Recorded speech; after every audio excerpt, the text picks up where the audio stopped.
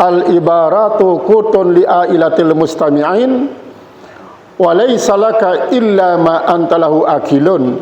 Artinya ibarat itu adalah merupakan makanan pokok bagi orang-orang yang mendengarnya, tetapi tidak akan pernah bermanfaat kecuali apa yang kita makan. Seperti tadi itu, bagaimanapun enaknya, lezatnya makanan minuman, hanya kita tonton saja, tidak akan pernah berfaedah untuk memberikan kekenyangan kepada kita. Dalam arti, bagaimanapun nasihat diberikan kepada kita dengan sangat indah, megah, dan masuk akal, tapi kalau kita tidak praktikkan, maka tidak akan pernah punya arti. Maka itulah sebabnya dikatakan oleh Rasulullah SAW, kalau orang yang mendengarkan suatu padilah amal, lalu dia tidak mencoba akan mempraktikkan padilah amal itu satu kali saja, maka dia sama dengan orang itu. Orang menyaksikan makanan yang lezat, minuman yang lezat, tapi dia tidak pernah menyantapnya.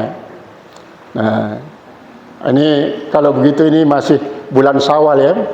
Bulan Syawal, saya ingin mengajak kita semua untuk mempraktikkan salat Ataqah itu. Salat Ataqah yang 8 rakaat yang sudah saya umumkan pada waktu malam lebaran, malam Ramadan terakhir itu, malam Jumat itu. Jadi salat Ataqah itu terdapat di salat kitab Guniyah, tempatnya salah satu wirid daripada Syekh Abdul Qadir Jailani. Jadi kita laksanakan 8 rakaat, 2 rakaat salam, 2 rakaat salam, 2 rakaat salam. Bagaimana kaifiatnya? Ya, setelah lafaznya usalli sunnatal ataqai raka'ataini mustaqbilal qiblati lillahi ta'ala, baru takbiratul ihram, baca doa iftitah. Setelah doa iftitah ya Al-Fatihah. Setelah Al-Fatihah itu 8 rakaat itu masing-masing kita baca 15 kali surat Al-Ikhlas. Jadi 15 kali surat Al-Ikhlas. Ya. Qul huwallahu ahad setelah Al-Fatihah. Jadi setiap selesai Al-Fatihah baca Qul huwallahu ahad 15 kali. Setelah salam yang keempat, berarti setelah 8 rakaat itu baca subhanallah walhamdulillah wala ilaha akbar wala haula wala quwwata illa azim 70 kali. Setelah itu selawat 70 kali. Ini khusus adalah sembahyang sunat di bulan Syawal. Sembahyang sunat di bulan Syawal. Makanya kalau kemarin jamaah yang datang ziarah, kalau betul Isya langsung selesai salat Isya kita praktikan. Kita praktikan langsung. Pokoknya setiap yang ikut salat Isya langsung begitu selesai berdoa kita praktikan salat sunat Ataqah itu. Bagaimana padilahnya? Kata Rasulullah SAW, likulli harfin qara'nahu bis salati mikhrafatun. Jadi setiap huruf yang kita baca di dalam surat di dalam salat itu akan menjadi satu mikhrafah. Qila ya Rasulullah, mal mikhrafah? Apa mikhrafah itu? Mikhrafah itulah bustanun, yaitu sebuah taman, sebuah kebun. Itu, sebuah kebun. Kemudian akan tumbuh syajaratun zilluha lau sara parisun mi'ata sanatin la tantahi. Artinya satu pohon di dalam kebun itu kalau dijalani oleh penunggang kuda 100 tahun tidak akan bisa selesai. Bayangan daripada pohon kayu itu 100 tahun tidak bisa selesai dijalani. Satu pohon kayu. Nah, ini adalah merupakan salah satu daripada wirid Syekh Abdul Qadir Al-Jilani yang dilakukan hanya pada bulan Syawal. Boleh dilakukan secara berjamaah, boleh dilakukan secara munfarid, boleh dilakukan pagi malam-malam, boleh dilakukan siang-siang. Misalnya yang biasa salat tahajud misalnya, itu sudah jadi salat tahajudnya. Kalau dia memang merasa berat untuk menyendirikan salat tahajud dengan salat Ataqah ini, itu sudah jadi salat tahajudnya. Nah, yang kedua yaitu salat unusatil kabri. Salat unusatil kabri ini adalah untuk menjinakkan keluarga kita sudah meninggal dunia. Itu hanya 2 rakaat. Hanya 2 rakaat itu. Bagaimana caranya? Usalli sunata unusi kabri, sebut siapa? Ummi misalnya, ibu saya. Saya sholat untuk kejinaan ibu saya di dalam kubur. Baca terus takbiratul ihram kabiran. Nah, setelah Al-Fatihah, apa yang kita baca? 1 kali ayat kursi. Ayat kursi 1 kali. Kemudian setelah ayat kursi sekali, maka bacalah Alhaakumut Takatsur sekali. Dan setelah Alhaakumut Takatsur sekali, barulah dibaca Qul Huwallahu Ahad 11 kali. 11 kali. Berarti rakaat pertama dan kedua begitu. Nah, setelah selesai sholat, jamak-jamak lah bahasa kita. Nenek kaji, kicanin, jarian, sembahyang si gawe kaji niki untuk kesenangan keluarga kaji atau inan kaji misalnya. Inan kaji, aman kaji, papuk kaji, selapun.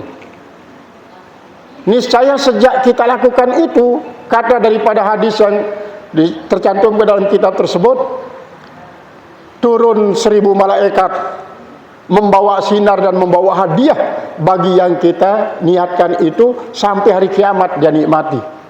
Assalamualaikum warahmatullahi taala wabarakatuh. Kita hadiah fala al-Fatihah pada junjungan kita Nabi besar Muhammad sallallahu alaihi wasallam, para sahabat dan keluarga beliau. Semoga Allah memberikan rekomendasi kepada beliau untuk memberikan syafaat kepada kita kelak di hari kiamat bi barakatil Fatihah.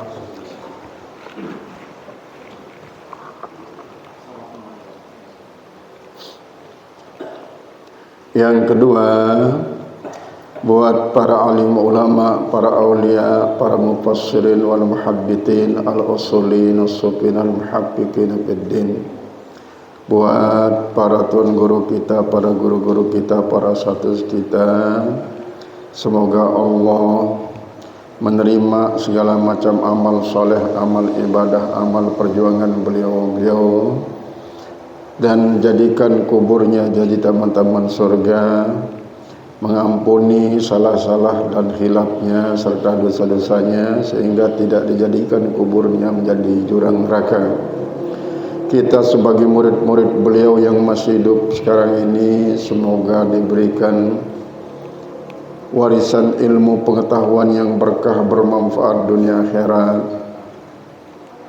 Semoga kita diberikan usia panjang dalam keadaan sehat walafiat jasmani dan rohani. Mudah-mudahan pula kita diberikan selalu berbuat taat, jauh dari berbagai macam maksiat dan mungkarat. Mudah-mudahan kita mendapatkan rezeki dengan cara mudah, berlimpah dan barakah, jadi bekal beribadah sampai meninggal dunia dalam keadaan husnul khatimah, kelak bersama para ulama, para aulia, para guru-guru kita dimasukkan ke Jannatul Firdaus wa barakatul Fatihah.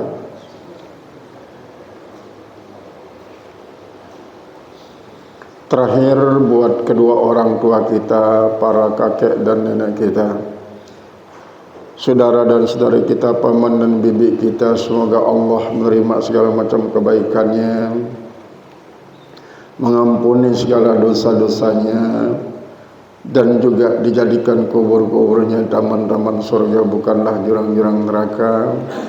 Dan kita mohonkan supaya saudara-saudara kita, keluarga kita yang sedang sakit, supaya diberikan kesehatan yang sempurna oleh Allah Subhanahu wa taala.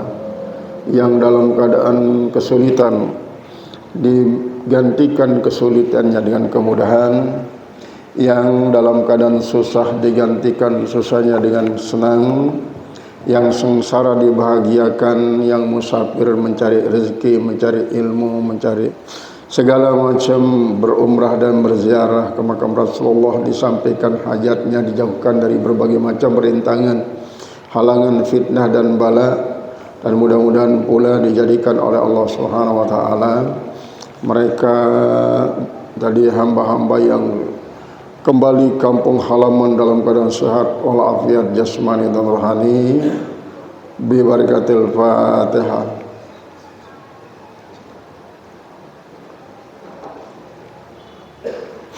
A'udzu billahi minasyaitonir rajim. Bismillahirrahmanirrahim. Alhamdulillahirabbil alamin arrahmanir rahim wassalatu wassalamu ala asyrafil anbiya'i wal mursalin sayyidina wa habibina wa syafi'ina durina qurrata a'yunina mustafa maulana Muhammadin wa ala sayyidil anbiya'i wal mursalin wa alihi washabihi ajma'in. Allahumma ighfir lana dhunubana tub 'alaina wa walidayna wal jami'il mu'minin wal mu'minat wal muslimin muslimatul ahya'i wal amwat. Allahumma aftah qulubana tal arifin wa 'allimna ulumul anbiya'i wal mursalin waj'alna minal ulama'il amin wal awliya'il muqarrabin alladziina la khaufun 'alaihim yahzanun waj'alna minal ulama'il amin wal awliya'il muqarrabin alladziina la khaufun 'alaihim yahzanun waj'alna minal ulama'il amin wal awliya'il muqarrabin alladziina la khaufun 'alaihim yahzanun. Subhanaka la ilma lana illa ma 'allamtana innaka antal alimul hakim. Alhamdulillahi rabbil alamin. Qala al-musannif rahimallahu ta'ala wa nafa'na biha bi'ulumihi fid dharain amin. Qala fi lataifil minani wa rubbama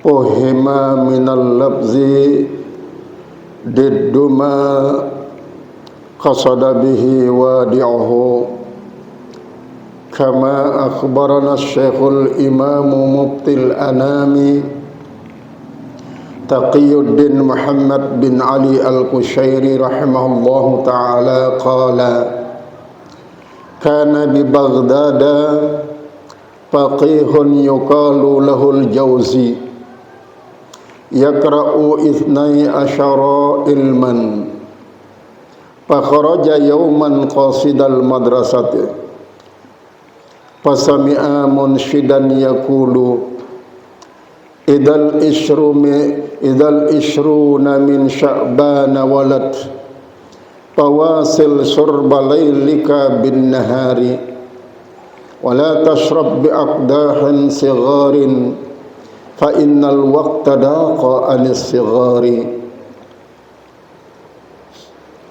Qala pilata ipil minan, telah berkata seorang ulama tasawuf di dalam kitab Lataiful Minan,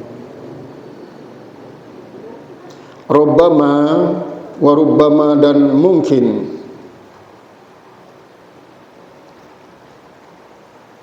fahima minal lafzi, dia paham daripada lafaz diddama qasada wa di'uhu, lawan daripada apa yang dituju oleh orang yang meletakkannya, oleh orang yang menaruhnya.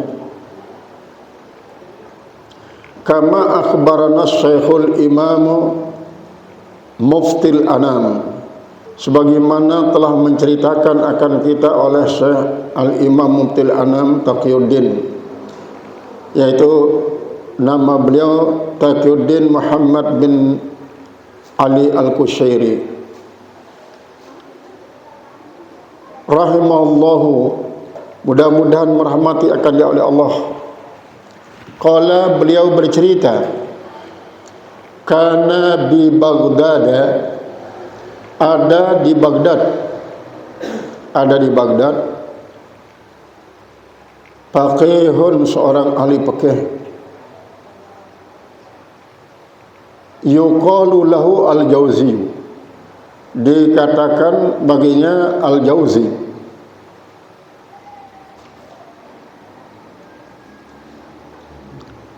Yaqra'u isna asyara ilman, dia membaca sebanyak 16 macam ilmu. 12 macam ilmu. Fakharaja yauman, maka dia pun keluar pada satu hari.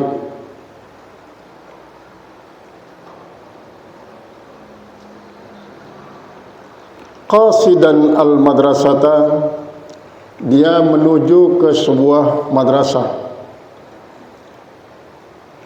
Fasami'a munsyidan, maka dia pun mendengarkan seorang yang bernyanyi.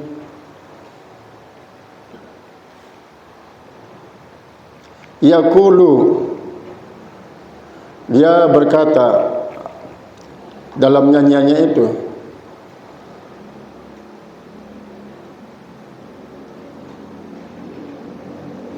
Idzal isruna min sya'bana walat tawasil surbalailika bin nahari wala tashrab bi aqdahin sigorin fa innal waqta daqa'an sigori. Idzal isruna, apabila 20 hari 20 malam, min Sya'bana, daripada bulan Sya'ban, walat, telah mengiringi, pawasil, maka hubungkanlah olehmu. Ada walat pawasilu, pawasil bisa menjadi pak waqi'atun fi jawabi iza. Wasil, hubungkanlah olehmu, surbalailika, minuman malammu, bin nahari, dengan siang. Wala tashrab bi aqdahin sigorin, jangan kau minum dengan kendi-kendi yang kecil. Jangan kau minum dengan kendi-kendi yang kecil.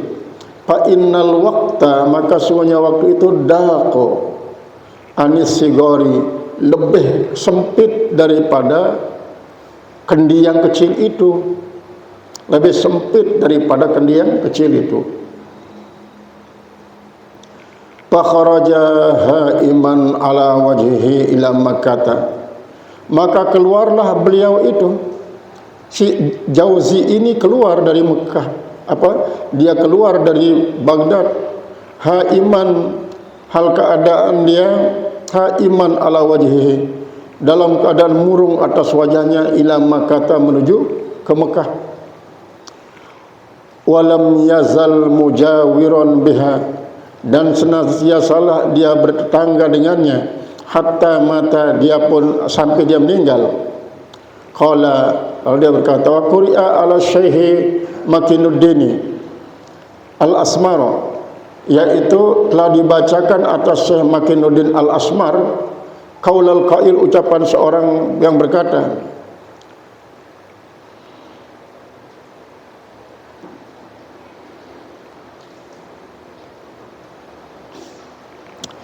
law kana li mus'idun birrahiyas, law kana li mus'idun birrahiyas udni laman tazartu li surbir rahi ibtara arrahi syai'un saripun anta saribu fasrub walau hamal latarraw awzara ya man yalumu alasa ba'asabya khudhil jinana wa da'nis kunin naro. Lau kana li mus'idun, kalau ada bagiku mus'idun, oleh seorang yang membahagiakan, birrohi, dengan adanya istirahat, yas'uduni, yang akan membahagiakan saya, lamman tazartu, niscaya tiadalah aku menunggu, lisur birrohi iftaran, yaitu bagi minuman istirahat dalam keadaan berbuka. Waalaikumsalam. Arrahu, orang yang istirahat itulah syai'un syaripun anta saribuhu, sesuatu yang mulia yang engkau sendiri yang meminumnya. fasrab, maka minumlah olehmu. Walau hamalat karrohi auzara, sekalipun membawakan engkau oleh orang yang istirahat itu auzara, akan dosa-dosa. Ya man yalumu ala sahba'a safiyatan, ya man yalumu, wahai orang-orang yang mencaci maki, ala sahba'a safiyatan, atas suatu bayang-bayang kebersihan, hudil jinana wada'ni uskunin naro, ambillah olehmu akan surga, wada'ni, dan biarkan saya askunun naro, untuk tinggal di dalam neraka. Nah, ini adalah merupakan satu terjemahan daripada al-ibaratu qutun li'ailatil mustami'in wa laysa laka illa ma antalahu akilun. Yang namanya ibarat, ucapan-ucapan berharga, ucapan-ucapan yang bermanfaat itu laksana makanan pokok bagi orang-orang yang mendengarnya. Jadi yang dinamakan ibarat dalam hal ini adalah kalimat-kalimat yang memberikan manfaat dalam kehidupan kita, yang menyingkirkan kita daripada semua kesengsaraan dan kerugian, yang mengarahkan kita kepada kebaikan-kebaikan dan kesenangan bahagia dunia akhirat. Nah, itulah yang dimaksudkan dengan ibarat dalam ayat ini. Maka diibaratkan dengan kutun, makanan pokok yang tidak boleh kita tinggalkan, makanan pokok yang harus ada, yang wajib ada. Makanan pokok itu bagi apa? Bagi roh. Tapi ingat, walaisa laka illa ma antalahu akilun, dan dia tidak akan pernah bermanfaat bagi engkau kecuali apa yang kau makan. Bagaimanapun bertumpuk-tumpuknya makanan yang lezat, minuman yang lezat, pakaian yang mewah, kalau kita tidak memakan dia, makanan itu tidak akan pernah bermanfaat. Kalau kita tidak minum dia, minuman itu tidak akan bermanfaat. Kalau kita tidak memakai itu pakaian yang mewah, yang bagus, tidak akan bermanfaat. Maka itu pula lah perumpamaan daripada nasihat-nasihat yang diberikan kita oleh siapapun, terutama sekali oleh orang-orang yang sudah melaksanakan apa yang ia nasihatkan kepada kita itu. Dia sendiri sudah melakukannya, atau dia tidak pernah melakukannya tapi tetap dia memberikan nasihat. Karena apa? Daripada tidak akan punya kebaikan sama sekali, walaupun dia seorang pencuri, seorang perampok, tapi panzur ila maqala la tanzur ila mangqala. Pandanglah olehmu apa yang ia ucapkan, jangan kau pandang siapa yang mengucapkannya. Kalau memang ucapannya itu bagus, maka kita ambil. Kalau dia tidak bagus, walaupun yang mengucapkan orang baik, tetapi ternyata dia menjerumuskan kita ke lembah neraka, maka tidak usah kita ikuti. Dalam hal ini, panzur ila maqala la tanzur ila mangqala itu adalah merupakan suatu yang sangat-sangat cocok dan sangat tepat. Nah, berbeda dalam ilmu hadis. Kalau dalam ilmu hadis, maka panzur ila mangqala itu sangat-sangatlah penting. Sangat-sangat penting. Karena di dalam ilmu hadis, seandainya kalau ada sesuatu yang perlu dijelaskan, lalu dia sendiri orang itu tidak menjelaskannya, maka dia dianggap sebagai orang yang tidak memenuhi persyaratan daripada sanad hadis hasan, maka dia akan menjadi hadis dhaif. Artinya apa yang diucapkan tidak menyebabkan dia menjadi orang yang meningkat sifat kesanadannya menjadi sanad hadis hasan. Nah, oleh sebab itu di dalam periwayatan hadis sanad ini sangatlah penting. Adapun dalam mahala lain, maka ibarat, yaitu adalah suatu ucapan-ucapan yang bagus. Nah, ucapan-ucapan yang bagus ini sangat bagus menjadi makanan pokok. Nah, tapi seperti tadi itu, bagaimanapun bergizinya makanan pokok, bagaimanapun mewahnya dan lezatnya, tapi kalau kita hanya tonton, tidak kita makan dia, maka dia tidak akan pernah punya arti, bahkan dia akan menjadi sia-sia, menjadi basi. Di dalam ilmu fikih juga dikatakan begitu oleh Ibn Ruslan, bahwa yang namanya rezeki itu adalah apa yang sudah masuk ke dalam perut kita. Apa yang masuk dalam perut kita itu namanya rezeki, kata Ibn Ruslan. Walaupun dia sudah berada di rongga mulut kita, sebelum dia melewati tenggorokan, bisa saja itu yang di dalam mulut kita ini keluar, lalu justru dimakan oleh ayam, dimakan oleh itik, dimakan oleh makhluk-makhluk yang membutuhkannya. Berarti yang sudah masuk ke dalam mulut kita saja belum tentu menjadi rezeki. Karena menurut Ibnu Ruslan seperti tadi itu, yang namanya rezeki itu adalah yang sudah masuk ke dalam rongga kita, wa in kana muharraman, sekalipun dia adalah sesuatu yang diharamkan. Makanya yang masuk ke dalam perut kita itu ada yang halal, rezeki halal, ada yang haram. Namun tetap dikatakan rezeki. Tetap dikatakan rezeki. Nah, artinya nanti disitulah akan dipisahkan dengan sabda Rasulullah SAW, kullu lahmin nabata minal harami pannaru aulabih. Setiap sekerat daging tumbuh dari makanan minuman yang haram, maka nerakalah yang paling layak, paling pantas bagi tempat kembalinya. Jadi kalau dalam ilmu tasawuf ini, semua perkataan yang bermanfaat, semua ucapan-ucapan yang memberikan keberkatan hidup bagi kita dari dunia sampai akhirat, itu tidak akan pernah punya arti kalau kita tidak amalkan. Kalau tidak kita amalkan, tidak kita praktikkan, hanya sebagai ya pendengaran saja, sehingga samalah seperti makanan tadi itu. Waalaikumsalam.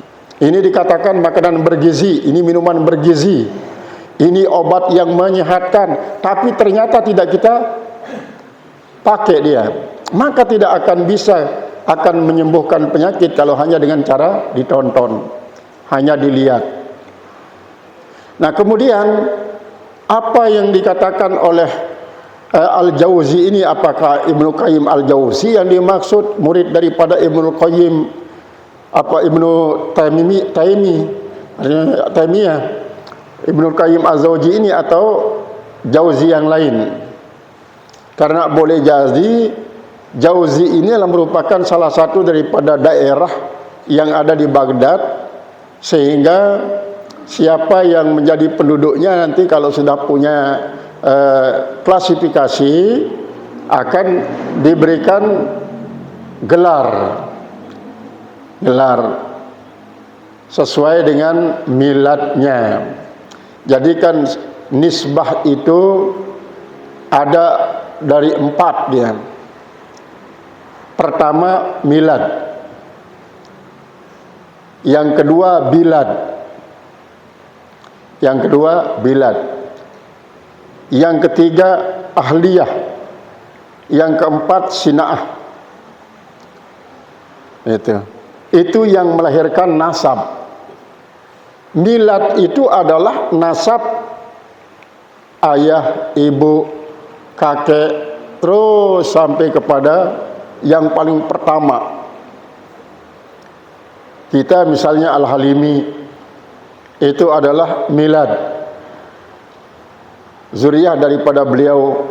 Kemudian di atas beliau ini ada Syami.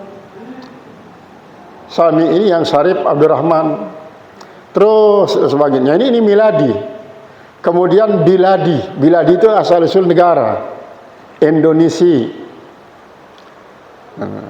Lebih diperas lagi sampai Sasaki, Lomboki, seselai, skarbelai. Nah, itu adalah biladi. Kemudian yang ketiga adalah sinai. Sinai itulah keterampilannya. Seperti halnya Ali As-Sabuni, pemilik tafsir As-Sabuni.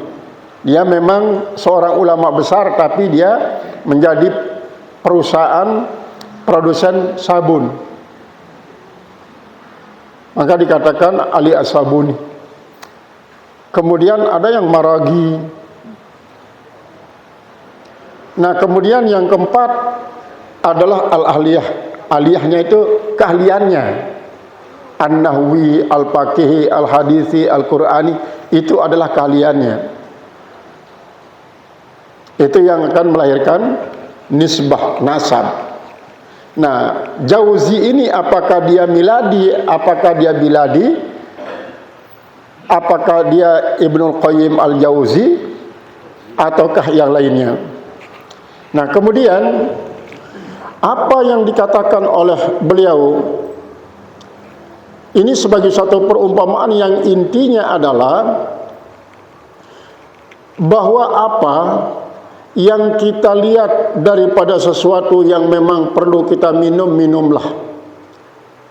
Yang kalau perlu kita makan, ya makanlah. Kalau memang perlu kita pakai, pakailah. Maka jangan sampai terlewatkan. Kita itu tuh seperti yang diajarkan oleh Rasulullah, iza maratum biradil jannah fartau. Kalau memang kalian itu adalah lewat di sebuah taman surga, berdamuk, berhenti sejenak, walaupun jadi mustami' mendengarkan 2 patah kata, 3 patah kata di saat orang memberikan pengajian misalnya. Karena Riyadul Jannah itulah tempat pengajian, zikir. Jangan lewatkan. Jangan lewatkan. Barulah dia manfaat.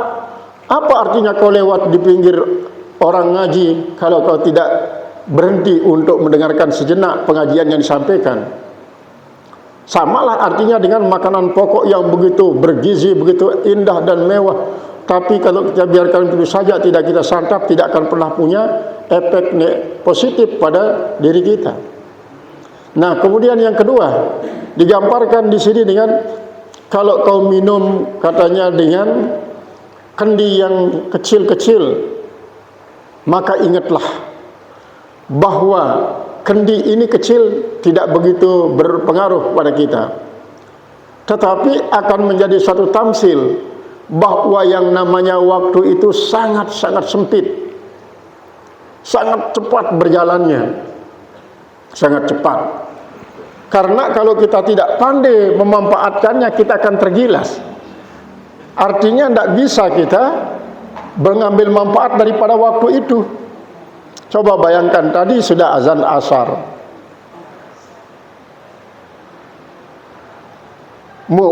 artinya waktu asar itu untung dia panjang, sampai 3 jam, barulah sampai pada waktu tahrim mendekati terbenamnya matahari. Tetapi tetap saja dia kalau sudah lewat, maka asar yang sekarang ini tidak akan bisa kembali kepada besok. Kenapa? Karena kita tidak tahu ada rahasia-rahasia hikmah yang sangat-sangat penting, berharga artinya pada hari ini. Mungkin tidak akan ada pada asar Jumat mendatang. Karena masing-masing daripada waktu yang disajikan oleh Allah Subhanahu wa taala itu terus dia lewat, dan kalau tidak kita ambil kesempatan untuk melakukan yang terbaik pada saat-saat itu, maka tidak akan kembali kesempatan itu sebagaimana yang sudah lewat. Itu gambaran daripada kalau kendi itu sangat kecil, sangat sempit, tetapi waktu itu adalah jauh lebih sempit daripada kendi yang kita lihat. Supaya gimana? Supaya kita terdorong untuk memanfaatkannya. Artinya, sekecil apapun kendi itu, kalau kita manfaatkan dia akan tetap berguna. Sebaliknya, sebesar apapun dia, seindah apapun, semewah apapun bentuknya, reliefnya, warnanya, mahal harganya, tapi kalau kita tidak manfaatkan, dia tidak akan punya arti. Waktu begitu juga. Waktu begitu juga, kata beliau.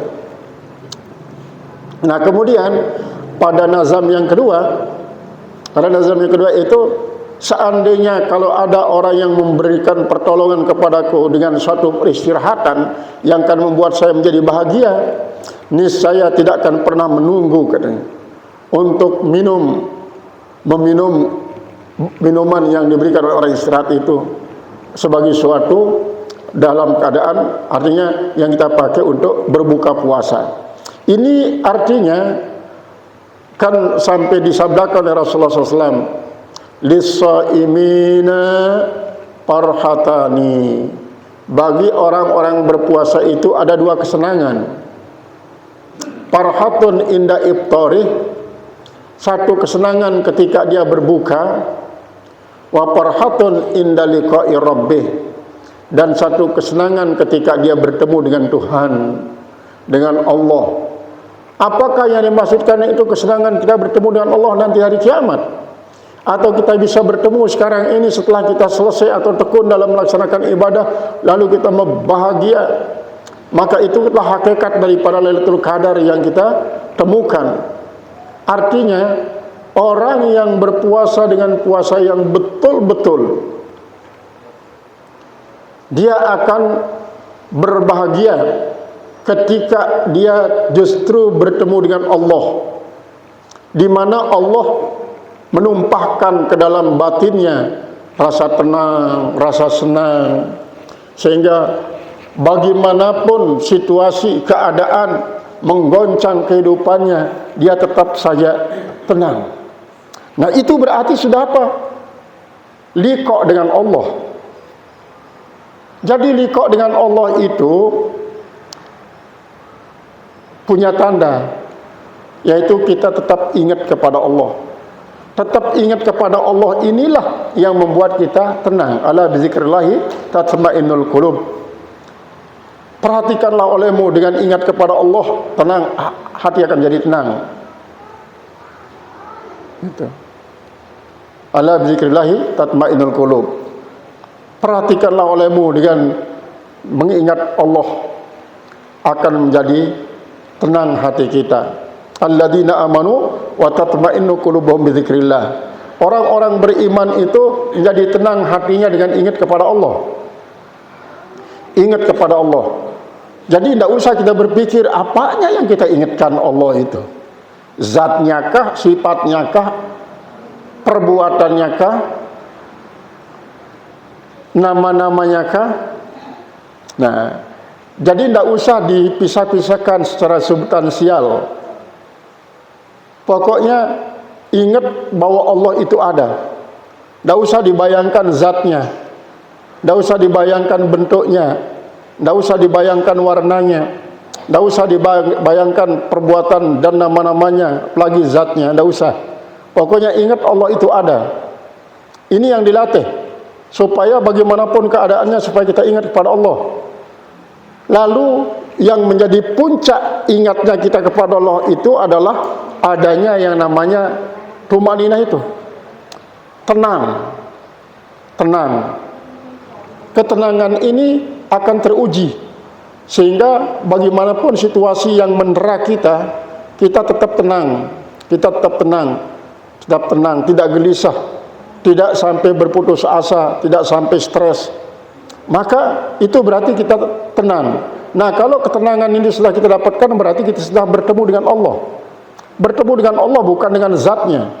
Bertemu dengan Allah itu bukan dengan warnanya, bukan dengan bentuknya, tapi justru ingat itulah hakikat daripada wusul, hakikat daripada bertemu. Nah, barulah dipraktikkan dengan seperti tadi itu. Ketika kita mendapatkan kesenangan, kita bersyukur. Ketika kita mendapatkan kesusahan, kita bersabar.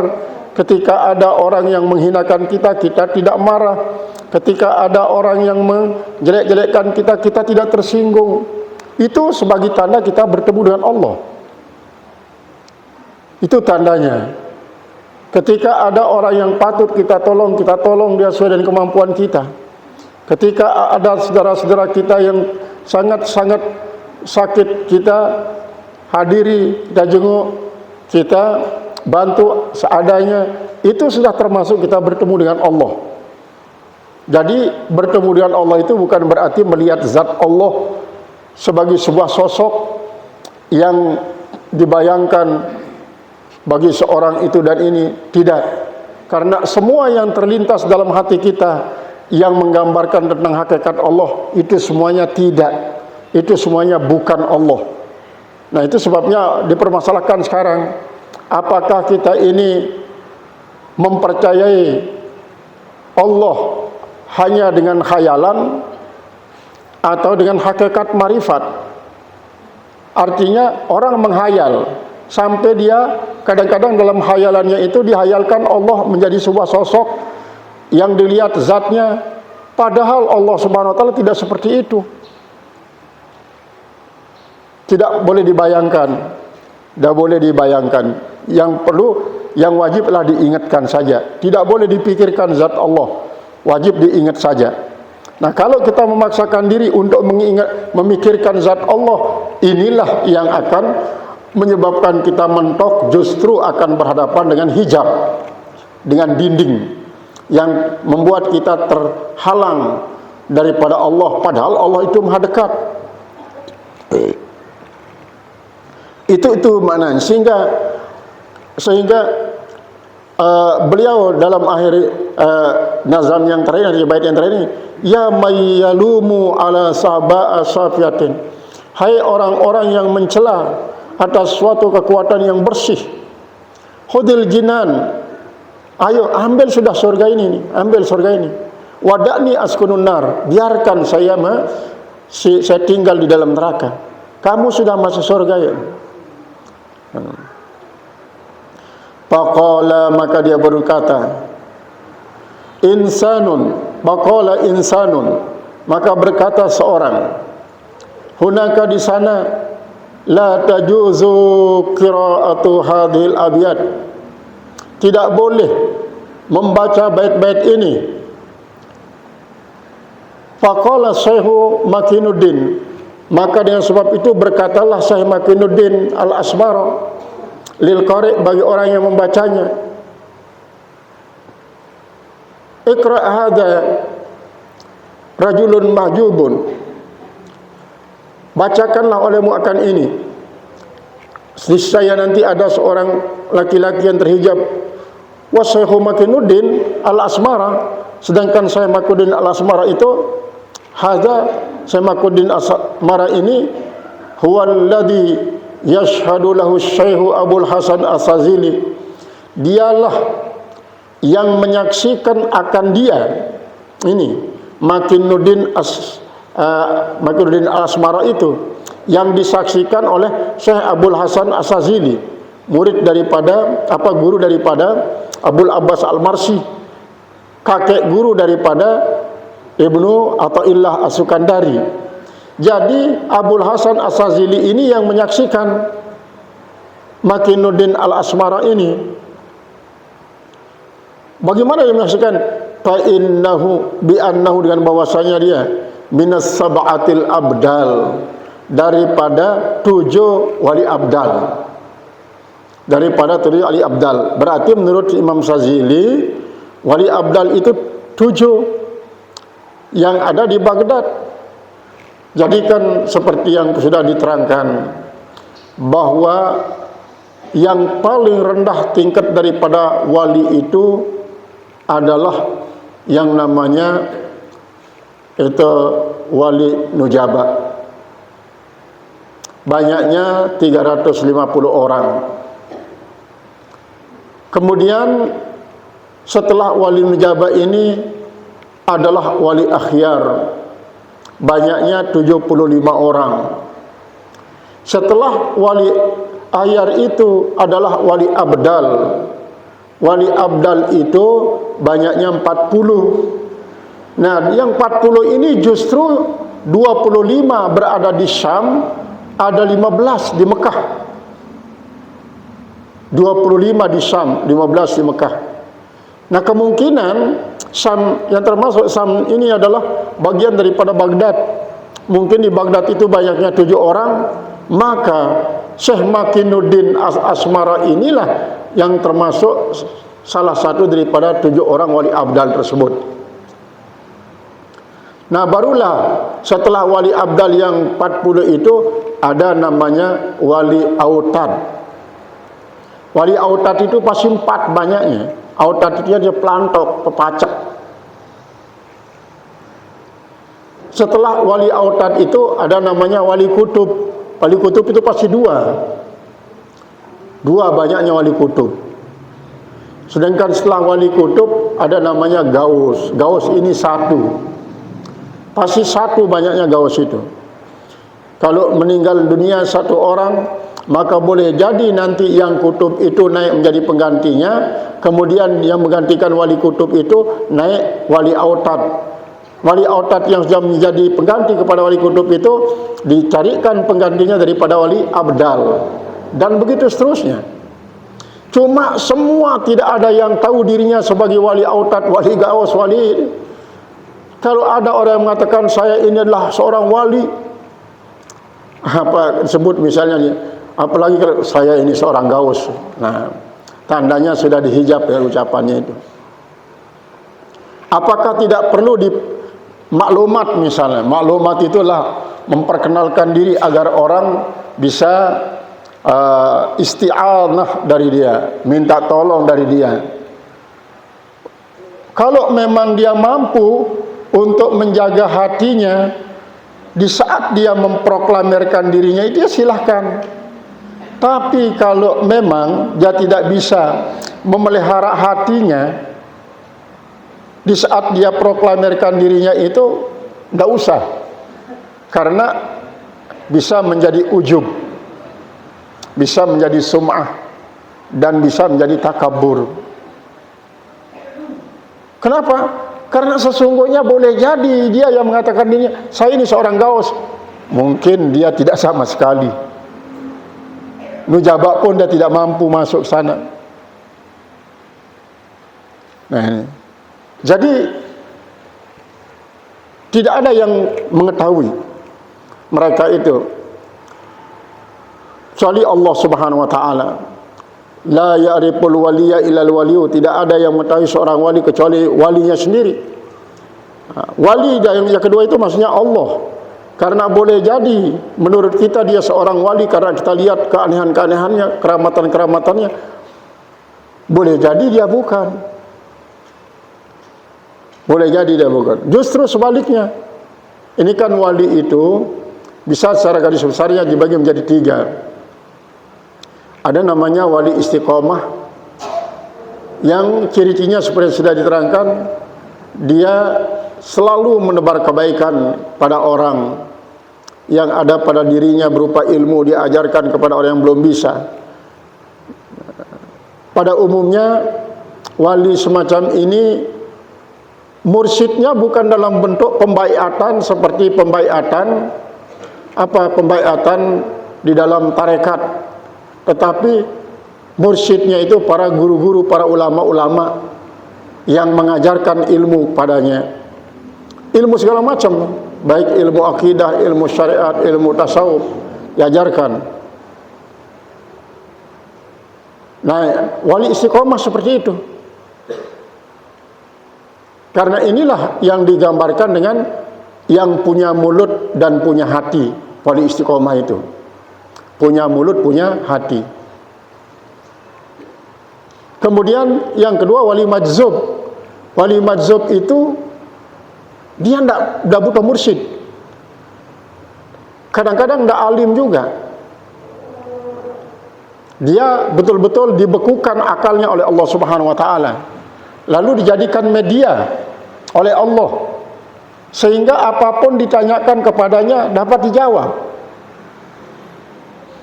Karena sesungguhnya yang menjawab itulah Allah.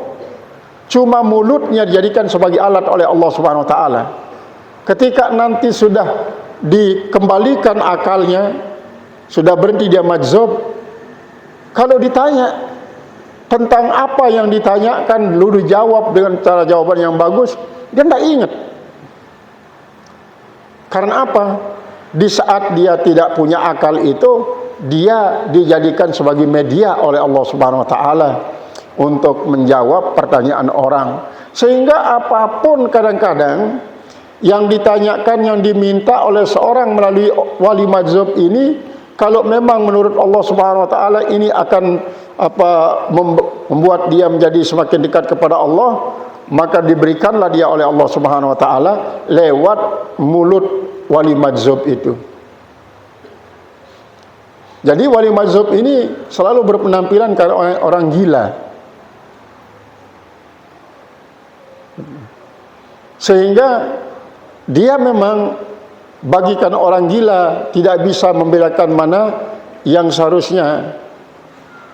Tetapi sesungguhnya dia selalu berkata yang benar.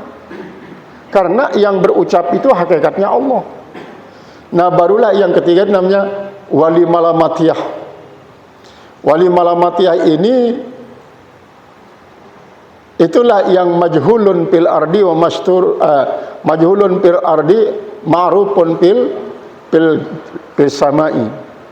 Dia tidak diketahui oleh orang sebagai waliullah di bumi, tetapi dia sangat terkenal di langit. Kenapa?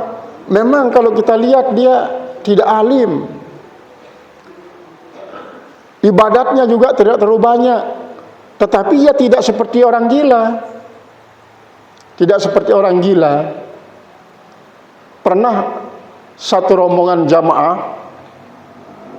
minta petunjuk dari Syekh Hamid yang ada di Pasuruan untuk peletakan batu pertama sebuah masjid.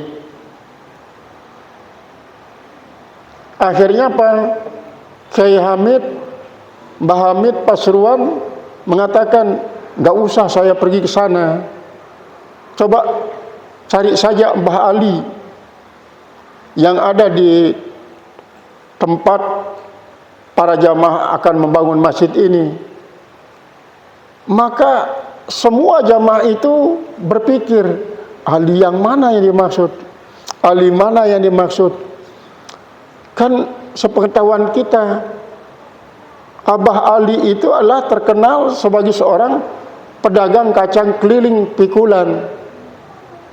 Abah Ali itu kok tiba-tiba dia yang disuruh oleh Mbah Yai Hamid Pasuruan untuk dicari sebagai pelaksana peletakan itu pertama. Lalu mereka bilang, bukankah Mbah Ali itu pedagang kacang, Yai? Tertawa beliau, Mbah Hamid tertawa. Dia sudah itu. Akhirnya betul dicari, dia sedang melepas pikulannya untuk menjajakan kacang. Nah, itu termasuk salah satu daripada sosok wali malamatiyah yang tidak ada orang tahu dia sebagai seorang waliullah, padahal dia seorang pedagang kacang. Nah, kalau Mbah Samud dia termasuk majzub. Begitu juga Mbah Samud yang di Kendal. Jadi itu masyarakat Kendal juga minta kepada Mbah Hamid supaya tabarukan kepada sebuah pembangunan. Akhirnya dia dipesan oleh Mbah Hamid, nanti kalau kalian sampai di Kendal, sampaikan salam saya kepada itu Mbah Samud. Jadi masyarakat Kendal tahunya Mbah Samud ini adalah orang gila yang kemana-mana diolok oleh anak-anak dengan kata-kata orang gila, sambil dilempar dia dengan kadang-kadang kertas rokok, kadang-kadang dengan dengan ampas tebu, pas kacang. Dia kadang-kadang tidur di emperan tokonya orang Cina karena dia dianggap terlambat bangun sampai matahari sudah tinggi, disiram dia dengan air seember, artinya air bekas cucian, piring bekas cucian, disiram Mbah Samud ini karena tidur di emperan toko Cina. Akhirnya Berpikir beliau tidak ada yang namanya Mbah Samud selain daripada orang gila itu. Maka dicarilah Mbah Samud yang gila ini. Dia selalu menutupi dirinya, tidak mengaku dirinya sebagai seorang yang sadar, tapi dia tampilkan diri sampai orang gila. Akhirnya barulah dia mengatakan, ya Allah, ternyata ada orang yang tahu saya. Saya sudah menutupi diri sedemikian rupa, tapi ada yang mengetahui saya, itu teman saya Mbah Hamid. Kalau memang hidup saya ini masih ada manfaatnya, ya Allah, silakan hidupkan. Kalau memang dia itu adalah hidup saya ini sudah tidak ada manfaatnya, biar matikan saya, Allah. Akhirnya dia meninggal. Nah, ini adalah termasuk bagian-bagian daripada wali. Apakah wali-wali yang disebut tadi itu daripada Nujaba, Nukaba, Ayar, kemudian sampai kepada Gaus itu, apakah dia masuk ke dalam 3 golongan ini? Ya, memang secara menyeluruhannya dibagi menjadi 3 tadi. Itulah para wali. Jadi Abul Hasan As-Sazili mengatakan dan bersaksi dia bahwa Mbah Makinuddin Al-Asmara ini termasuk salah satu daripada 7 abdal yang ada di Baghdad. Qala wa yakfika fi hadza, dan mencukupi akan engkau pada hal ini, anna salasatan sami'u munadiyan yunadi, bahwa ada 3 mereka itu mendengarkan orang yang memanggil, sedang memanggil-manggil. Apa katanya? Ya Sa'tarbari, hai Sa'tarbari, Pafham kulla wahidin, Papahima kullu wahidin minhum. Maka memahami oleh satu orang daripada mereka, khatabatan khutiba anillah, suatu khitab yang dihitab dari Allah Ta'ala biha dengannya, fi sirhi pada sirnya, fasami'al wahidu, maka mendengarlah oleh seorang maksudnya, kata-kata yang mengatakan ya Sa'tarbari itu. Ada yang mendengarkan, salah seorang mengatakan apa? As'ar Tarbawi ini. Nah, ini. Jadi ini satu ucapan ini. Kata-kata Sa'tarbari itu satu kali diucapkan, tapi yang mendengarnya 3 orang. Maka yang 3 itu mendengarkan suara yang berbeda-beda. Yang pertama mendengarkan As-Sa'tarbari, wasami al-akharu, dan mendengar oleh yang lain As-Sa'ata Tarabari.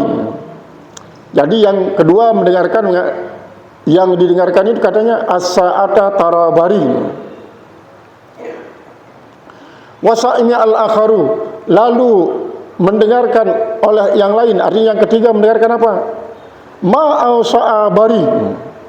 Padahal tadi yang mengucapkan itu mengatakan ya Sa'tarbari, ya Sa'tarbari. Jadi satu mendengarkan kalimat Sa'tarbari itu dengan pendengarannya itu katakan seperti yang pertama tadi itu, berbeda-beda jadinya. Jadi yang pertama itu berbeda dengan yang kedua berbeda dengan yang ketiga. Padahal satu kali diucapkan. Fal masmu'u wahidun, maka yang didengarkan itu hanya satu. Wakhtalafat afhamus sami'in, dan berbeda-beda pemahaman daripada orang-orang yang mendengar.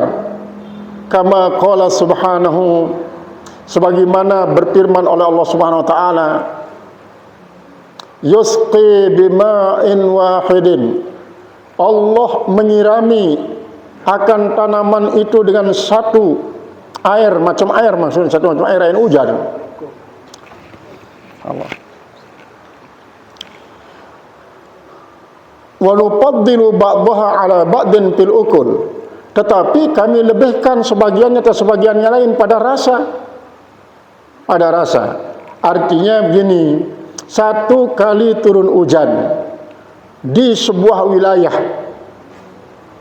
maka berbeda nama paritasnya, berbeda pula akan rasa yang diakibatkan. Misalnya namanya sama, matua, maka matua yang ada di pojok barat akan memiliki rasa berbeda dengan yang ada di pojok timur. Satu pohon saja matua itu, misalnya kalau matua ini mempunyai cabang keempat penjuru, penjuru timur, barat, utara, selatan, maka buah-buahan yang ada di menjulur ke timur akan berbeda rasanya dengan yang menjulur ke barat. Yang utara berbeda dengan yang selatan, berbeda pula dengan yang timur dan barat. Padahal satu pohon, ketika hujan, hujannya sama. Ketika matahari menyiraminya, artinya menyinarinya, maka sama dia dapatkan matahari tersebut, sinar matahari tersebut. Tapi rasanya terpengaruh berbeda. Nah begitu juga, misalnya begini, di dalam rumah tangga, kita punya anak 5 orang atau 6 orang. Kemudian terjadi suatu peristiwa yang menyedihkan di rumah tangga itu. Maka anak yang 4 atau anak yang 6 ini akan berbeda-beda perasaannya. Padahal peristiwanya sama. Dia sama-sama menyaksikannya. Dia sama-sama mendengarkannya. Tetapi anak yang 4 ini berbeda perasaannya. Ada yang sangat terpukul, sangat sedih. Ada yang biasa-biasa saja. Ada yang kadang-kadang sangat tegar. Padahal peristiwanya satu. Nah begitu pula, contohnya sangat banyak. Seperti dalam rumah tangga tadi itu, kita punya anak 4 atau 6 orang. Kemudian dimasakkan satu macam menu. Misalnya ayam lah. Apakah ayam ini diragi kuning, apakah ayam opor, apakah ayam itu dipecing misalnya. Tidak semua anak yang 6 itu senang terhadap itu ayam. Nah, begitu juga pendengaran ini. Padahal yang diucapkan oleh yang berucap itu satakbari, satakbari.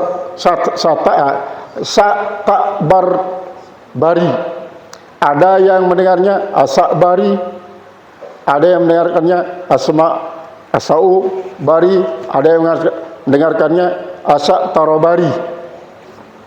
Nah, ini kenapa hal ini diungkapkan oleh beliau? Karena memang begitulah karakter daripada manusia, sebagaimana halnya Allah menurunkan hujan yang satu di wilayah yang satu. Tapi karena beda paritas tumbuhannya, maka rasa yang dihasilkan pun berbeda. Misalnya begini, kita menanam di sebuah tanah sawah. Coba ada yang beras ketan, ada yang beras biasa. Taruh saja, tempelkan dia, beras ketan ini menjadi satu rumpun. Perawatannya sama, tanah yang sama, airnya sama, disirami hujan yang sama, disinari oleh juga matahari yang sama. Tetapi yang ketan itu tetap berbeda rasanya dengan beras. Begitu juga seterusnya. Nah itu dijadikan. Nah ini mengajarkan kepada kita bahwa memang variatifnya sesuatu lingkungan itu merupakan suatu yang wajar. Karena apa? Karena begitulah Allah menciptakan subhanalladzi khalaqal azwaja mimma tumbitul arda. Maha suci Allah menciptakan sesuatu yang berpasang-pasangan, tidak bisa sama. Walau syi'na lanattakhizannakum ummatan wahidah, kata Allah. Kalau saya mau, saya jadikan kalian menjadi umat yang satu. Islam saja semuanya atau kafir saja. Tetapi ternyata Allah tidak mau menjadikan kita satu. Karena memang itulah sifat daripada makhluk, harus berbeda-beda, tidak bisa menjadi satu. Qala al-musannif rahimallahu ta'ala, wa qala subhanahu wa ta'ala, dan berfirman Allah Subhanahu wa taala, qad alima kullu unasin masyrabahum, sesungguhnya telah mengetahui oleh semua manusia tempat minum mereka. Fa ammal ladzi sami'a asak tarbari, maka adapun orang yang mendengarkan kata-kata ya sak tarbari itu, dia dengarkan dengan asak tarbari, pamuridun dalla alallahi bin nuhudi ilallahi, maka yang mendengarkan dengan pendengaran asak tarbari adalah dia seorang yang berkehendak dalla alallahi, yang menunjuk atas Allah Ta'ala, bin nuhudi ilallahi, yaitu dengan bangkit kepada Allah, bil a'mali, dengan amal. Nah ini yang pertama. Jadi itu gambaran daripada seorang murid yang bangkit menuju Allah dengan mengandalkan amal. Fayastaqbalut tariqa bil jiddi, maka dia pun menghadapi akan satu jalan dengan bersungguh-sungguh. Wa qila lahu, dan dikatakan baginya, as'i ilaina bisidqil muamalah, atau us'u, artinya berlapang-lapanglah, berluas-luaskah kepadaku, atau bisa diartikan is'anya, artinya berusahalah untukku dengan sidqil muamalah, dengan sebenar-benar muamalah, usaha. Tara birranan, niscaya kau akan melihat kebaikan saya. Nah ini murid yang pertama. Jadi kalimat ya sak tarbari itu bisa diartikan dengan asik ilaina bisidqil muamalah tara birranan, biwujudil muasalati, dengan adanya hubungan. Wa ammat tsani, adapun yang kedua, fakana wasilan ilallahi ta'ala, maka adalah dia itu orang yang sampai kepada Allah Ta'ala. Tawalathul awqatu, yaitu telah memperpanjangkan dia oleh waktu. Takhafa antaputahu al-muwasalatu, maka dia pun khawatir meluputi akan dia oleh hubungan itu. Faqila lahu, maka dikatakan baginya, tarwihan ala qalbihi, hal keadaan tarwihan, mengistirahatkan atas hatinya, lama ahrakathu narun, manakala membakar akan dia oleh api asyagpus sa'ah, narus sagpis sa'ah, yaitu oleh api yang membara satu saat. Tara barri, niscaya kau akan dapat melihat akan kebaikanku. Nah ini yang kedua. Wa amal akhir, dan wa amal akhiru, dan adapun yang terakhir, fa'aripun kusyipalahu an wus'il karami, yang terakhir, yang nomor 3 itu maksudnya dia adalah seorang arif yang dibukakan baginya an wus'il karam, daripada keluasan kemuliaan. Fakhutiba, maka dikhitablah, min haitsu, dari sekira-kira, ashadu, aku menyaksikan, fasami'a ma awsa'a birri, maka ia mendengarkan apa yang telah memperluas akan kebaikanku. Nah, di sini jadi 3 macam ya. Dia mendengarkan satu kata ya sak tarbari, ya sak tarbari. Yang pertama mendengarkannya berbeda dengan yang kedua. Yang kedua mendengarkannya berbeda dengan yang ketiga. Maka yang pertama itu adalah orang-orang yang ingin sampai kepada Allah Subhanahu wa taala hanya dengan mengandalkan amal. Mengandalkan amalnya. Itu adalah termasuk muridin. Sedangkan yang kedua adalah orang-orang yang menginginkan dirinya sampai kepada Allah Subhanahu wa taala bukan saja dengan amalnya, tetapi adalah dengan doa. Dengan doa kemudian dia pasrah kepada Allah Subhanahu wa taala. Maka yang kedua ini termasuk kaum zahidin, orang-orang yang zuhud. Sedangkan yang ketiga itu dia beramal, dia juga berdoa, tapi dia tidak pernah menginginkan dengan amal dan doanya itu untuk sampai kepada Allah. Kenapa? Karena dia betul-betul pasrahkan, dia beramal sudah. Beramal ini karena dia cinta kepada Allah, baik melakukan yang wajib maupun yang sunat, itu semata-mata karena Allah. Dia tidak mengharapkan itu dan ini dari Allah Subhanahu wa taala. Maka golongan yang ketiga ini adalah golongan daripada arifin, orang-orang yang arifin. Nah, kenapa? Karena mereka itu meyakini bahwa setiap amal kebaikan pasti akan diberikan balasan oleh Allah Subhanahu wa taala. Sehingga walaupun tidak berharap pun pasti akan diberikan. Pasti akan diberikan. Innallaha la yukhliful mi'ad. Innal ladzina amanu wa amilus shalihat ulaika habul jannati hum fiha khalidun. Allah tidak akan pernah menyalahi janjinya. Tetapi di saat beramal dia tidak mengharapkan itu, karena dengan keyakinannya dia pasti akan diberikan. Jadi tidak usah diharapkan, tidak usah dijadikan sebagai motivasi. Pokoknya beramal sudah. Nah, berbeda dengan yang berdua.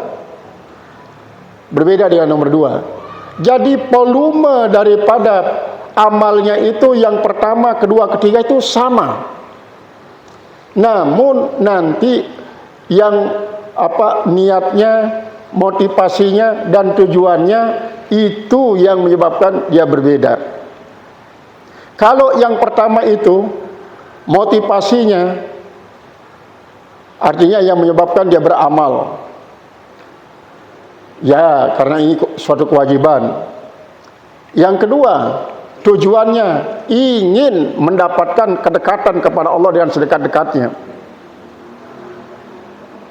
Akhirnya dihabiskan waktunya untuk beramal, tapi bercampur dia antara motivasi, antara niat dengan tujuan, dicampur aduk. Maka itu adalah termasuk kaum muridin. Sedangkan yang kedua itu kaum zahidin. Dia memang beramal, sama volume amalnya dengan yang pertama itu. Tetapi di sini dia memang beramal dengan ada motivasi. Tetapi dia tidak seperti yang pertama ada tujuannya untuk mencapai kedekatan kepada Allah. Dia betul-betul di sini termotivasi, tapi niatnya semata-mata lillah.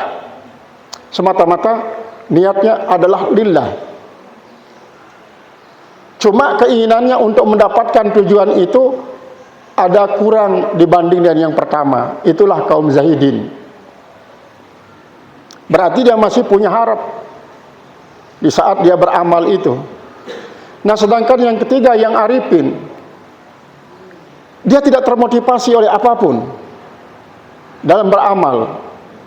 Dia juga tidak punya tujuan ingin mendapatkan surga, mendapatkan terlepas daripada api neraka. Jadi dia betul-betul mengetekadkan yang namanya minallah ilallah, dari Allah kepada Allah. Itu kan sudah disebutkan. Ada yang mengatakan pertama minallah ila nafsihi. Yang kedua, min nafsihi ilallah. Yang ketiga, minallah ilallah. Minallah billah billah ilallah. Nah, inilah yang termasuk arifin. Sehingga dalam beramalnya itu dia tidak punya motivasi, dia juga tidak punya tujuan, dia hanya punya niat dan amal lillahi ta'ala. Karena dia yakini kita ini tidak punya apa-apa. Diri kita ini Allah yang punya. Gerakan yang menggerakkan kita untuk beramal itu yang menggerakkan kita Allah. Kalau kita menyadari bahwa kita tidak punya apa-apa, apa yang akan kita persembahkan kepada Allah? Mengakui diri kita saja mempersembahkan tidak berani. Karena apa? Kita tidak memiliki diri kita. Kita tidak memiliki diri kita. Kita ini dimiliki oleh Allah Subhanahu wa ta'ala. Makanya dia tidak mengakui bahwa dirinya yang beramal. Tidak melihat bahwa dirinya yang beramal. Tidak mengetahui bahwa dirinya yang beramal, tidak merasakan bahwa dirinya yang beramal. Itulah kaum arifin. Yang ketiga ini seperti tadi, satu kalimat yang diucapkan oleh tiga orang berbeda-beda pendengarannya sebagai suatu tamsil daripada kaum muridin, kaum zahidin, dan kaum arifin. Nah, kita tidak perlu memaksakan diri untuk loncat kepada kaum arifin. Justru itu adalah akan menjadi hijab. Akan menjadi hijab. Kita laksanakanlah dulu seperti apa yang kita ketahui. Saya kemarin menulis kitab 2 hari ya. Ada sekitar 17 halaman. Kitab itu saya tulis pada hari Jumat, selesai hari Minggu. Jumat terakhir Ramadan itu. Namanya kitab itu Hal Arab Tarabbak. Apakah kau tahu Tuhanmu? Nanti akan kita ajarkan kepada anak-anak menjadi di kilatan-kilatan untuk selesai 5 hari, 6 hari tamat. Hanya 17 halaman banyaknya. Hal Arab Tarabbak. Ini untuk apa? Mengantisipasi bahwa jangan sampai nanti anak-anak kita ini tidak dianggap tidak tahu tentang ma'rifah, tidak tahu tentang akidah, hanya diketahui sebagai orang yang bisa nge-Arab saja. Nah, artinya itu ya. Jadi di dalam kitab Hal Arab Tarabbak ini, di situ dipakai sistem pertanyaan. Sistem pertanyaan, misalnya aina rabbuka?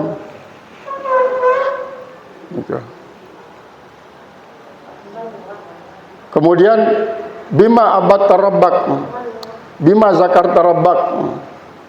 Artinya dengan apa kau menyembah Tuhan? Dari mana kau tahu Tuhan? Siapa yang mengajarkan dirimu tentang Tuhan? Nah, itu semacam itulah. Karena apa? Kita sudah berikrar awal wajibin alal insani ma'rifatul ilah bil istiqoni. Permulaan yang wajib kita pelajari itulah tentang Allah. Sehingga kita tahu Allah dengan penuh keyakinan. Jadi ini ternyata yang dimaksudkan oleh beliau yang mendengarkan anna talasatan sami'u munadiyan yunadi ya sa'tarbari itu. Ternyata itu sebagai satu gambaran tingkat daripada para salikin. Ada yang masih dalam kategori muridin, yang kedua menjadi kategori zahidin, yang ketiga adalah kategori wasilin atau arifin. Qala al-musannif rahimahullah ta'ala wa qala Syekh Muhyiddin bin Arabi, lah berkata Syekh Muhyiddin Ibn al-Arabi rahimahullahu, mudah-mudahan merahmati akan dia oleh Allah Subhanahu wa taala, da'ana ba'dul fuqara'i, telah mengundang akan kami oleh sebagian orang-orang fakir. Orang fakir ini berundang ini, bukan orang kaya. Ila dakwatin kepada suatu undangan. Bizuqaqil kanadil bi Misra, yaitu di suatu tempat yang namanya Zuqaqul Kanadil di Mesir.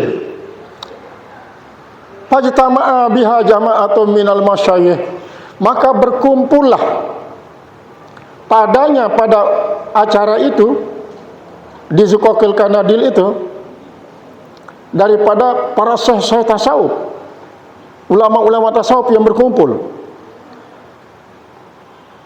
Faquddimat ta'amu, maka disajikanlah makanan,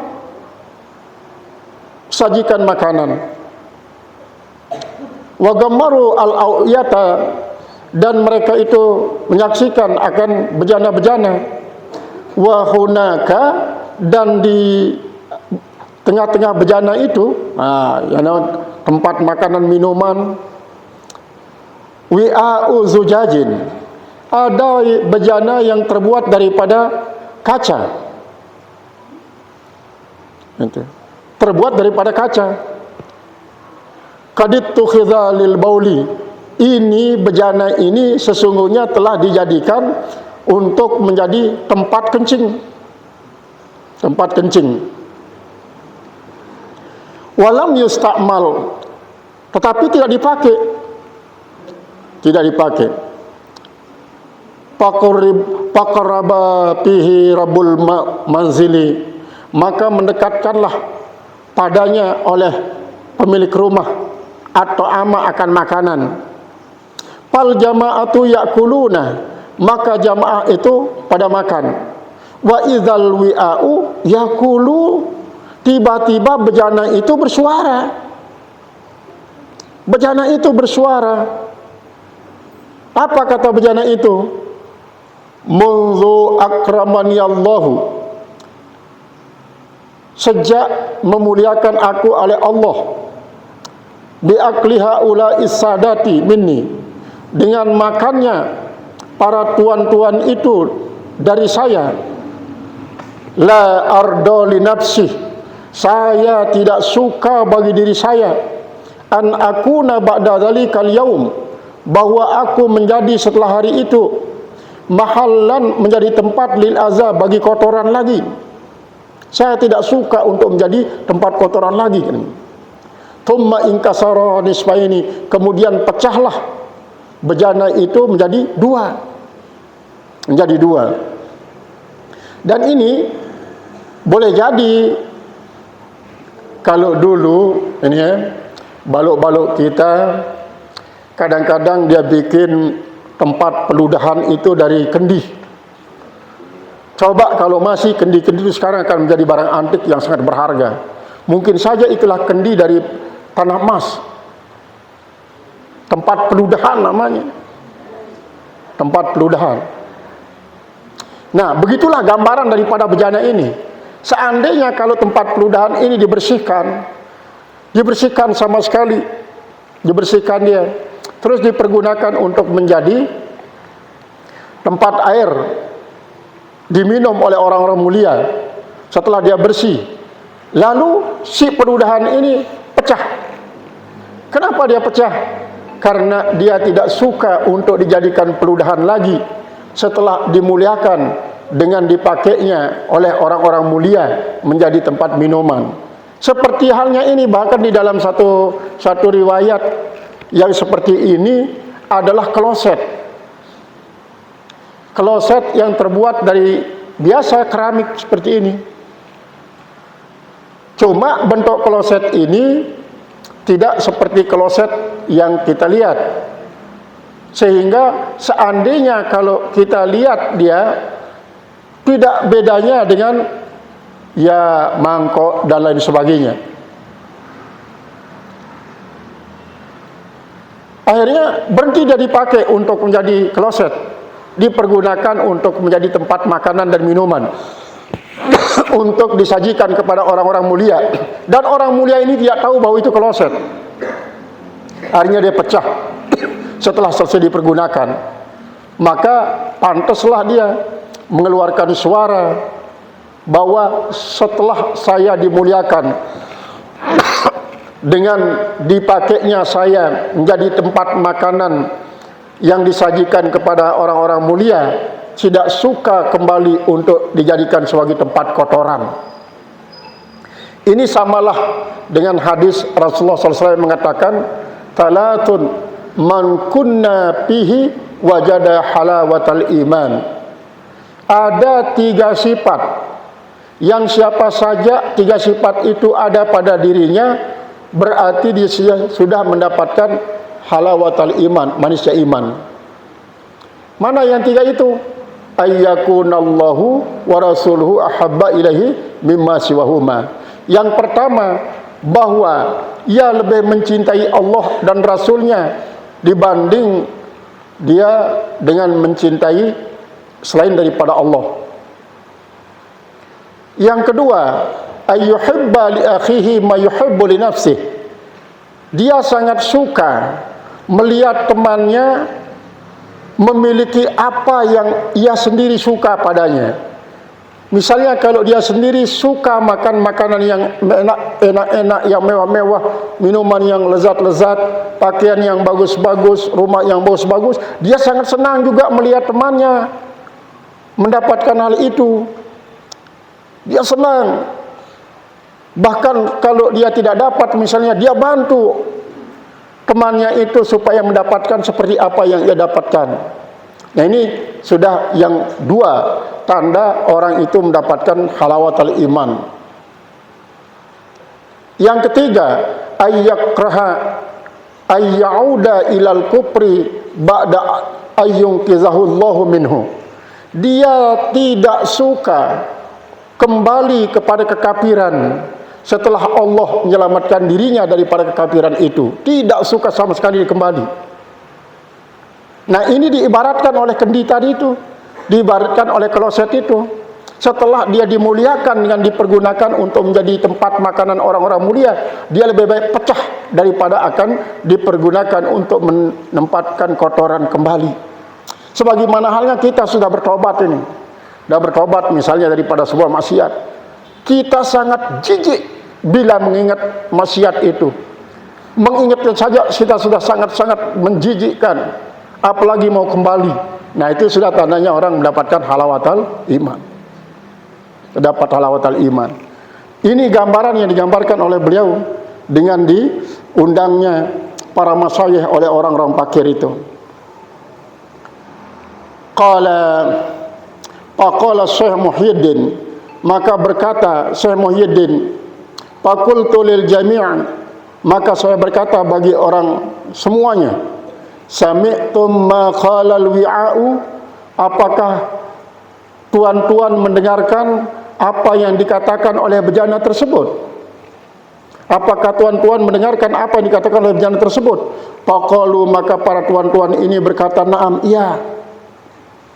Qala, lalu dia berkata, faqultu ma sami'tum, maka saya bertanya, apa yang kalian dengar? Fa'adu al-qaula, maka mereka mengulangi ucapan daripada bejana pecah itu, alladzi qad taqaddama, yaitu yang sudah lewat. Qala faqultu qala qaulan ghaira zalika, maka kata daripada Syekh Muhyiddin, tidak seperti itu katanya. Tidak seperti apa yang Tuhan katakan, ini kata daripada itu si kloset. Gitu. Qalu wa ma huwa, lalu mereka bertanya, kalau gitu apa katanya? Qultu qala kadzalika qulubukum, dia mengatakan seperti itu hati kalian. Kad akramahallahu bil iman, hati kalian sungguhnya telah dimuliakan dengan iman.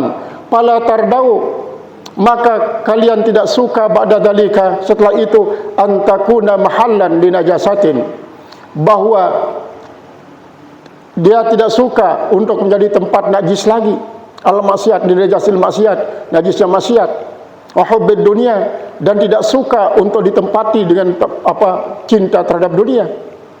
Nah, itu maksudnya katanya. Lalu beliau berdoa, ja'alanallahu wa iyyakum min ulil fahmi anhu. Mudah-mudahan Allah menjadikan kalian, menjadikan kita dan kalian daripada orang yang punya pemahaman anhu, daripadanya. Kemudian wattalaqqa minhu, dan berjumpa daripadanya.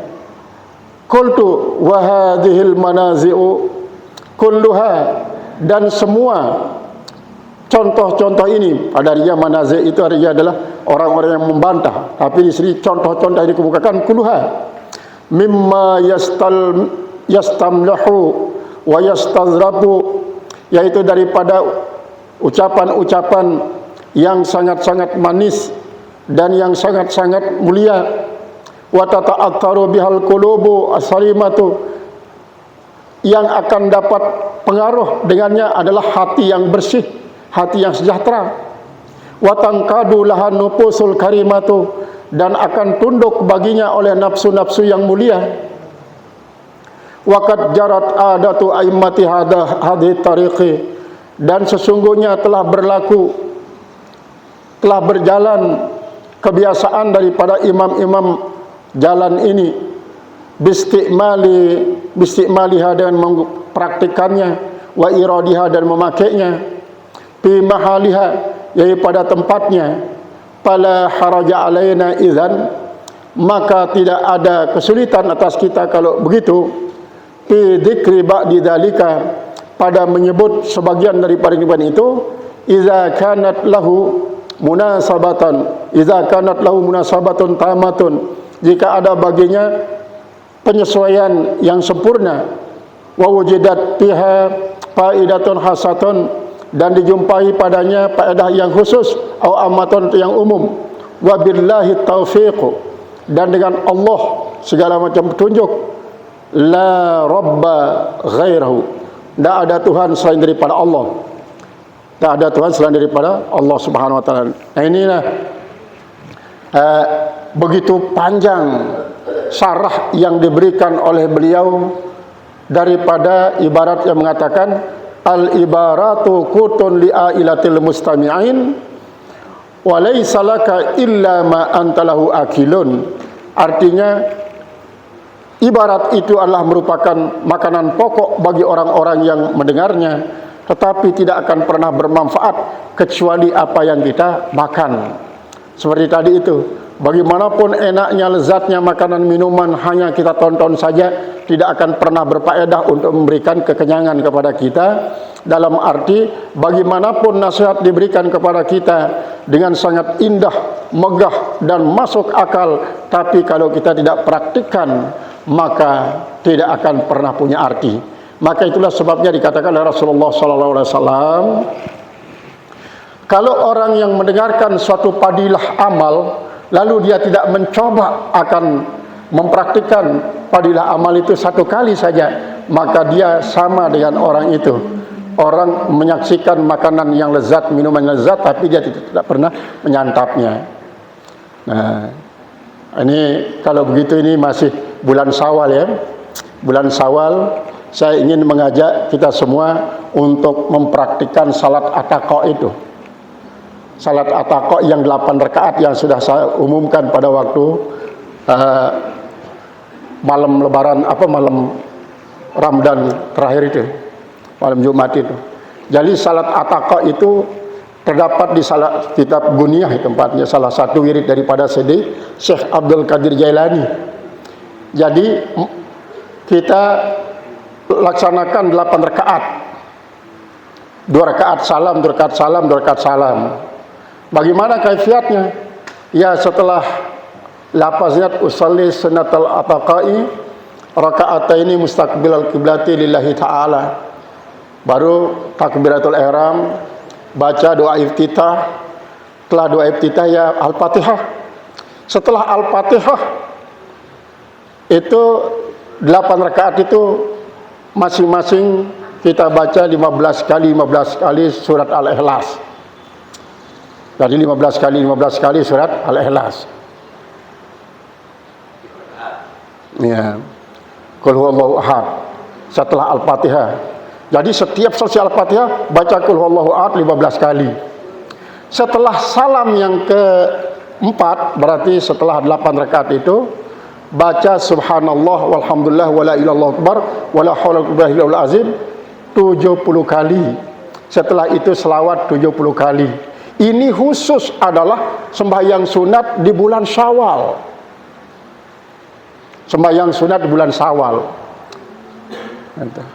Makanya kalau kemarin jamaah yang datang ziarah, kalau betul Isya langsung selesai salat Isya kita praktikan langsung. Pokoknya setiap yang ikut salat Isya langsung begitu selesai berdoa kita praktikan salat sunat ataka itu. Bagaimana fadilahnya? Kata Rasulullah sallallahu alaihi wasallam, likulli harfin qara'nahu bis salati mikhrafatun. Jadi setiap huruf yang kita baca di dalam surat di dalam salat itu akan menjadi satu mikhrafah. Qila ya Rasulullah, mal mikhrafah? Apa mikhrafah itu? Mikhrafah itulah bustanun, yaitu sebuah taman, sebuah kebun. Itu, sebuah kebun. Kemudian akan tumbuh sajaratun zilluha lau sara parisun mi'ata sanatin la tantahi. Artinya satu pohon di dalam kebun itu kalau dijalani oleh penunggang kuda 100 tahun tidak akan bisa selesai. Bayangan daripada pohon kayu itu 100 tahun tidak bisa selesai dijalani. Satu pohon kayu. Nah, ini adalah merupakan salah satu daripada wirid Syekh Abdul Qadir Al-Jilani yang dilakukan hanya pada bulan Syawal. Boleh dilakukan secara berjamaah, boleh dilakukan secara munfarid, boleh dilakukan malam-malam, boleh dilakukan siang-siang. Misalnya yang biasa salat tahajud misalnya, itu sudah jadi salat tahajudnya. Kalau dia memang merasa berat untuk menyendirikan salat tahajud dengan salat ataka ini, itu sudah jadi salat tahajudnya. Nah, yang kedua yaitu salat unusatil kabri.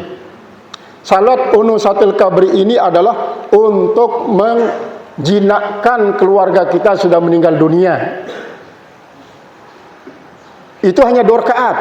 Hanya 2 rakaat itu. Bagaimana caranya? Usalli sunata unusi kabri, sebut siapa? Ummi misalnya, ibu saya. Saya sholat untuk kejinaan ibu saya di dalam kubur. Baca terus takbiratul ihram kabiran. Nah, setelah Al-Fatihah, apa yang kita baca? 1 kali ayat kursi. Ayat kursi 1 kali. Kemudian setelah ayat kursi sekali, maka bacalah Alhaakumut Takatsur sekali. Dan setelah Alhaakumut Takatsur sekali, barulah dibaca Qul Huwallahu Ahad 11 kali. 11 kali. Berarti rakaat pertama dan kedua begitu. Nah, setelah selesai sholat, jamak-jamak lah bahasa kita. Nenek kaji kicanin jarian sembahyang si gawe kaji niki untuk kesenangan keluarga kaji atau inan kaji misalnya, inan kaji, aman kaji, papuk kaji, selapun. Niscaya sejak kita lakukan itu, kata daripada hadis yang tercantum ke dalam kitab tersebut, turun 1000 malaikat membawa sinar dan membawa hadiah bagi yang kita niatkan itu sampai hari kiamat dia nikmati. Sampai hari kiamat. Sampai dianjurkan oleh hadis tersebut, apa katanya? Kalau bisa kalian lakukan setiap hari, ini bukan bulan Syawal saja, setiap malam. Siapa yang kita ingat keluarga kita? Ya, pasti kita mulai dari ibu saya, ayah saya, nenek saya, terus yang kita ingat. Bisa kita ulang-ulangi.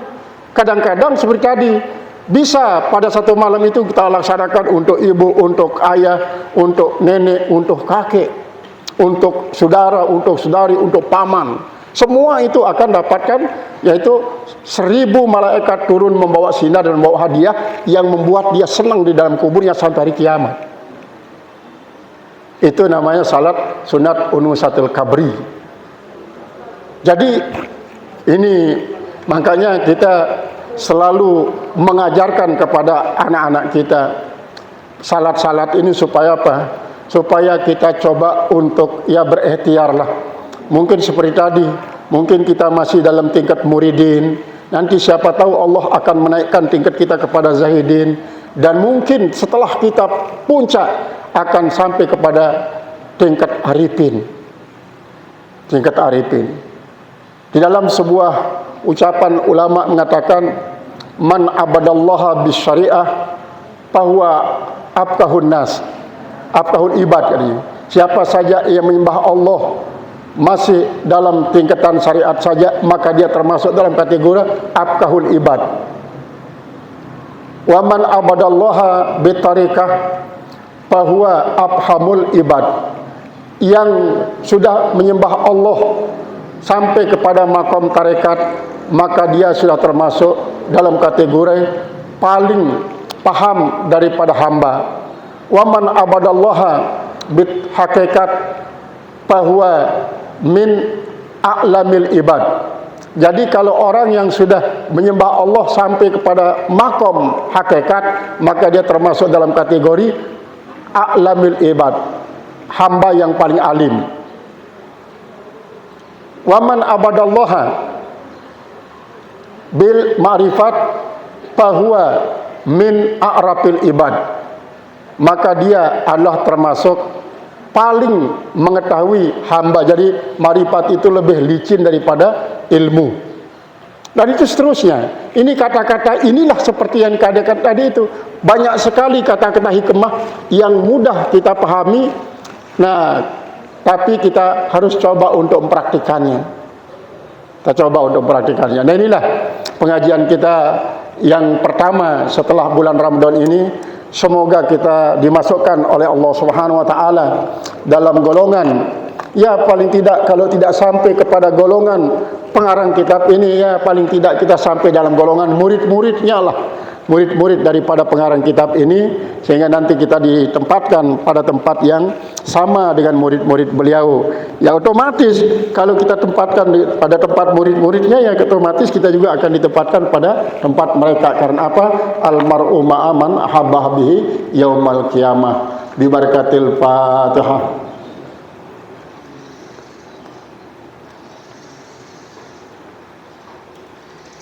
Kita mohonkan pada senja Jumat ini anak-anak kita yang akan ujian dari tingkat ibtidaiyah sampai tingkat aliyah dan seterusnya mungkin yang di perguruan tinggi, supaya diberikan kelulusan oleh Allah Subhanahu wa taala dengan nilai bagus.